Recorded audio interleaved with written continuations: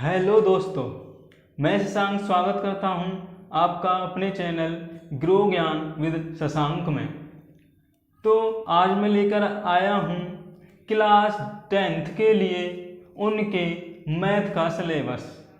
तो अब की बार यूपी बोर्ड फतेह की सीरीज में कक्षा 10 वाले रेडी हो जाएं अपने गणित के सिलेबस के लिए।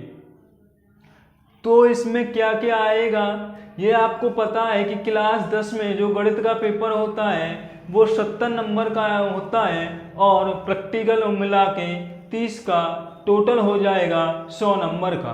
तो प्रोजेक्ट होगा आपका 30 का जो स्कूल लेवल पर लिया जाएगा और पेपर होगा आपका 70 नंबर का जो आपका बोर्ड स्तर से लिया जाएगा।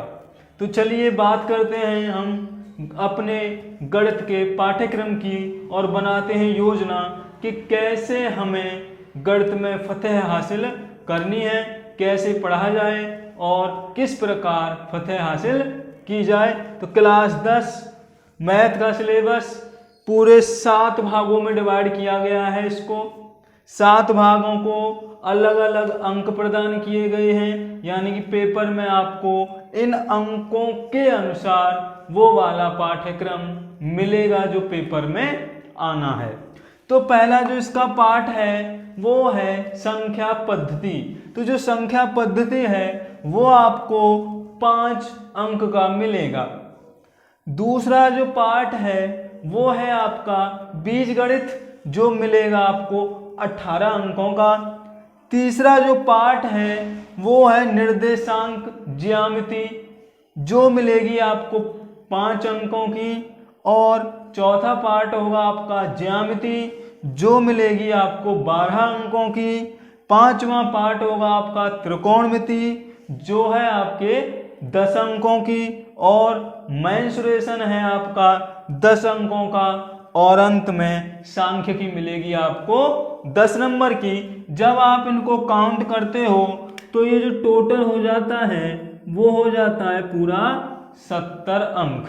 अब आपके दिमाग में एक क्वेश्चन जरूर आ रहा होगा कि सर जो पेपर होता है वो 70 से ज़्यादा अंकों का आता है, क्योंकि उसमें जो सवालों की संख्या होती है वो ज़्यादा होती है और कुछ ऑप्शन अथवा में दिए हुए होते हैं। जैसे 2 सवाल दे दिए और उनके बीच में लगा दिया अथवा, यानी कि आप पहला कीजिए या दूसरा कीजिए। ऐसे ही किसी खंड में हमारे 5 प्रश्न आए हैं, 5 प्रश्नों में से कोई से 3 प्रश्न हल कराए हैं। तो ऐसे करके आपको उन 5 में से 3 का आंसर देना है जो आपको बहुत अच्छे से आ रहे हों। तो वो 70 नंबर से ऊपर का पेपर यानी 100 नंबर के लगभग पेपर वो हो जाता है, क्योंकि उसमें अथवा और कुछ प्रश्नों में कुछ ज़्यादा प्रश्न दिए जाते हैं जिससे जो हमें ज़्यादा समझ में आ रहा हो उसका उत्तर दे सकें। तो लगभग इन्हीं को तो किसी को ज़्यादा, किसी को ज़्यादा और किसी को ज़्यादा करके नंबरों को पूरे 100 अंकों तक पहुंचा दिया जाता है। तो ये पूरा आपका गणित का सिलेबस हो गया। संख्या पद्धति 5 यानी जो संख्या पद्धति होगी 5, बीजगणित 18, निर्देशांक ज्यामिति 5, ज्यामिति 12, त्रिकोणमिति 10, मेंसुरेशन 10 और सांख्यिकी 10 अंकों की। अब क्या है कि ये एक हमारे फिक्स हो गया कि ये वाली यूनिटें आपको ज़्यादा पढ़नी है। अब आप देख रहे हो इसमें एक यूनिट 18 नंबरों की है और एक यूनिट 12 नंबरों की है। अगर आप ये 2 यूनिट देखते हो तो 2 ही यूनिट आपकी 30 नंबरों की हो जाती हैं। तो अब इसके अंदर भी कुछ भाग दिए गए हैं। जैसे संख्या पद्धति में आपको वास्तविक संख्याओं की संक्रियाएं आपको पढ़नी है। क्या पढ़ना है नंबर सिस्टम में? वास्तविक संख्याओं पर क्रियाएं, वास्तविक संख्याओं पर क्रियाएं जो आपको 5 नंबर में मिलेगा। अब जो बीजगणित है उसके भी आपके 2 पार्ट हैं। पहला पार्ट है 2 चर वाले रैखिक समीकरण, 2 चर वाले रैखिक समीकरण। और दूसरा जो पार्ट है वो है आपका इसमें द्विघात समीकरण। तो जो 18 नंबर हैं वो आपको द्विघात समीकरण और दो चर वाले रैखिक समीकरणों से प्राप्त होंगे। निर्देशांक ज्यामिति में जो एक पार्श्व केवल एक पार्ट दिया है वो दिया है आपका रेखा। तो कोऑर्डिनेट ज्योमेट्री में आपको केवल लाइन पढ़नी है, रेखा के अनुसार आपको डिस्टेंस दूरी, दो बिंदुओं के बीच की दूरी ऐसे करके पढ़ना है। ज्यामिति में आपको दो पार्ट देखने को मिलेंगे। पहला मिलेगा त्रिभुज, यानी जो जो त्रिभुज पर संक्रियाएं हैं, जैसे त्रिभुज समरूप हैं, किस आधार पर समरूप हैं, मध्य का जो है त्रिभुजों की वो आपस में कैसे डिवाइड हो रही हैं, त्रिभुज के केंद्र से कौन कौन जा रहा है, क्या क्या त्रिभुज में प्रॉपर्टी है, वो जो आप पढ़ोगे वो ज्यामिति में। और इसके साथ में आप पढ़ोगे रचनाएं। तो इसमें आपको तीन तरह की रचनाएं करनी है।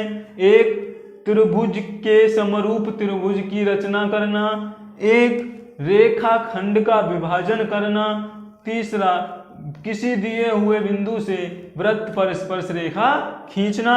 तो ये जो 12 नंबर है आपको दो भागों से मिलेंगे, एक त्रिभुज से और एक रचनाओं से।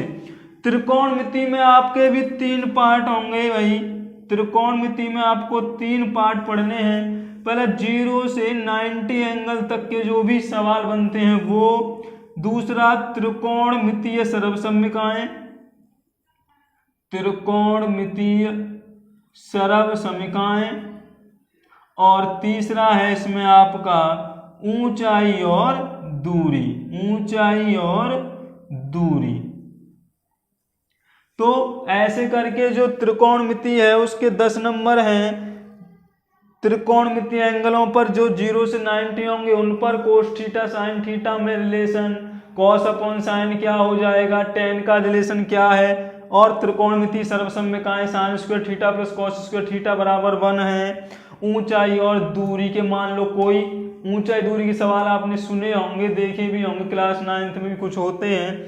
जैसे मान लीजिए कोई पेड़ है, उसकी चोटी पर कुछ बैठा हुआ है, तो हम उसको अगर देख रहे हैं तो कितने एंगल पर देख रहे हैं, अगर हमें एंगल ज्ञात है तो उस पेड़ से हम कितनी दूरी पर खड़े हुए हैं। तो ऐसे करके ऊंचाई दूरी त्रिकोणमितीय सर्वसम्मिकाएं और 0 से 90 एंगल तक के कोणों पर त्रिकोणमितीय अनुपात।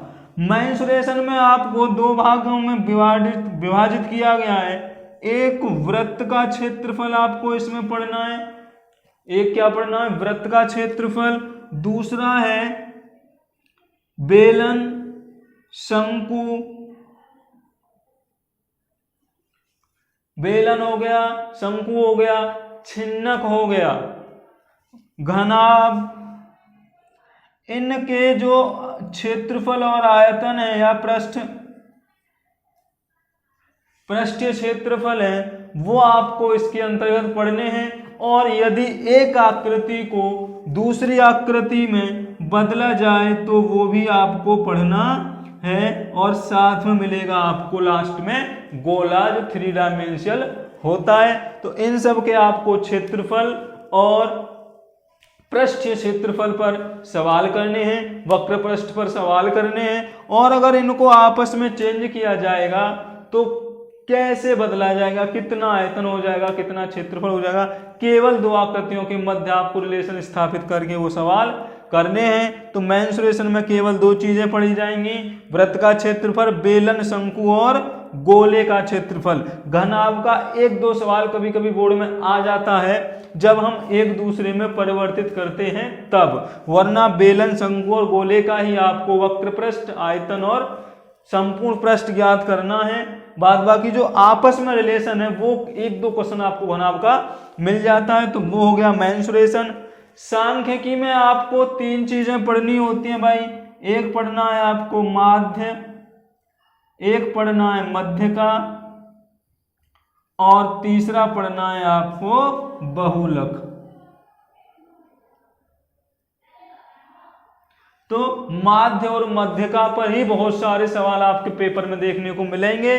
तो ये पूरा जो मेथड हो गया जो मैंने क्लासिफिकेशन किया, अब आपको इसी के आधार पर रेडी होना है, इसी के आधार पर तैयारी करनी है कि हमें सबसे ज़्यादा क्या समझ में आ रहा है और हम सबसे अच्छा क्या समझ सकते हैं। तो केवल 5 नंबर का संख्या पद्धति मिलेगा, लेकिन 18 नंबर का बीजगणित मिलेगा, जिसमें आपके 2 भाग बहुत इंपॉर्टेंट होंगे, ज़्यादा गौर करना है, यानी कि बहुत अच्छे नंबर लाने। तो हमारा बीजगणित भी एकदम बिल्कुल क्लियर होना चाहिए और साथ में हमारी ज्यामिति भी एकदम क्लियर होनी चाहिए, क्योंकि ये बहुत बड़े पोर्शन हैं 10th वाले बच्चों के लिए।